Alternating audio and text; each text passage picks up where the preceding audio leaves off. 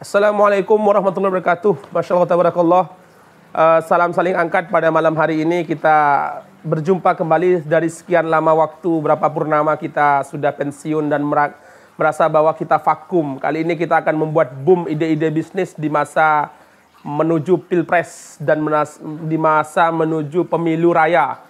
Nah, saya ingin memberikan clue bahwa ketika ada pemilu, otomatis ada yang namanya kaos, otomatis ada yang namanya catering, otomatis ada yang namanya jasa desain, otomatis ada yang namanya perkumpulan-perkumpulan masyarakat yang banyak.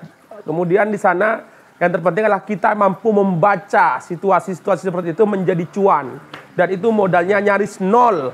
Nyaris nol. Pertama, satu bisnis yang memang nyaris nol modalnya dimulai ketika kita berada di masa-masa pilpres atau pemilu raya seperti ini. Kita sekarang berada di bulan Oktober ya, September, Oktober, November, Desember, Januari, Februari.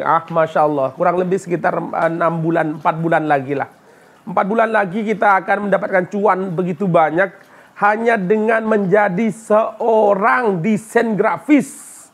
Anda cukup menjadi seorang desain grafis, bondo laptop, pinjam ke tetangga laptop, atau pinjam ke orang tua, atau laptopnya adik kita pinjam untuk menjadi seorang desain grafis.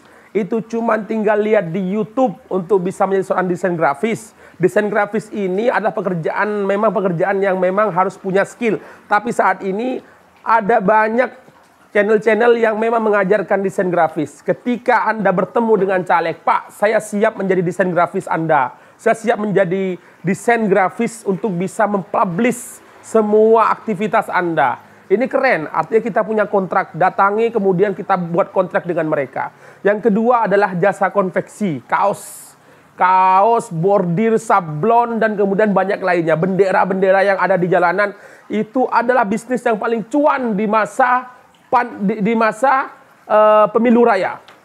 Dan ketiga, kita tahu bahwa setiap ada perkumpulan besar pasti ada namanya catering, roti, baik itu catering makanan, baik itu catering yang sehat dan lain-lain. Kita perlu datangi mereka, para dewan-dewan, calon-calon dewan, caleg-caleg yang ingin berpartisipasi dalam pemilu, dan kita datangkan, Pak Dewan, kita punya jasa catering Pak Dewan, nanti ketika ada acara kita bisa pakai. Mereka misalnya punya vendor yang mereka biasanya pakai, tapi kita bisa tidak menutup kemungkinan kita bisa datangi dengan persuasi, dengan negosiasi, dengan harga yang bersaing dan lain-lain.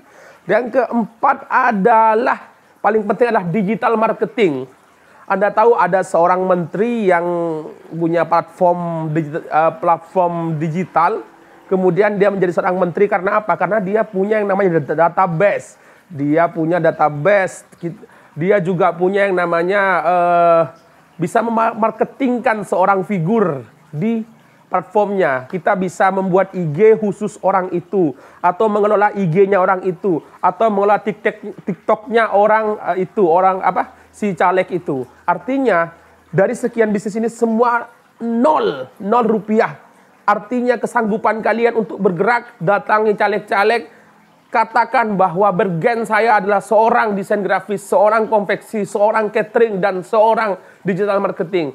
Menjadi seorang digital marketing gampang banget sekarang. Di TikTok kita bisa mempublish seorang figur, kita bisa mendapatkan cuan dari figur tersebut, sehingga kita punya kontrak dengan figur tersebut. Artinya tidak sulit, sama sekali tidak sulit. Di masa ini kita bisa menambil cuan begitu banyak. Memang demokrasi itu mahal. Demokrasi itu memang harus punya duit, punya cuan. Karena untuk membangun integritas, membangun advertise, membangun publik, membangun figur publik, memang harus butuh namanya digital marketing, kemudian desain, kemudian perkumpulan banyak, kemudian kaos-kaos, merchandise, dan lain-lain. Teman-teman, itulah ide-ide bisnis di masa pandemi. Teman-teman harus paham dan bisa melihat opportunity yang ada di situ. Jadi kita benar-benar harus tahu opportunity yang ada di masa pemilu raya 4 bulan ke depan. Salam saling angkat. Wassalamualaikum warahmatullahi wabarakatuh.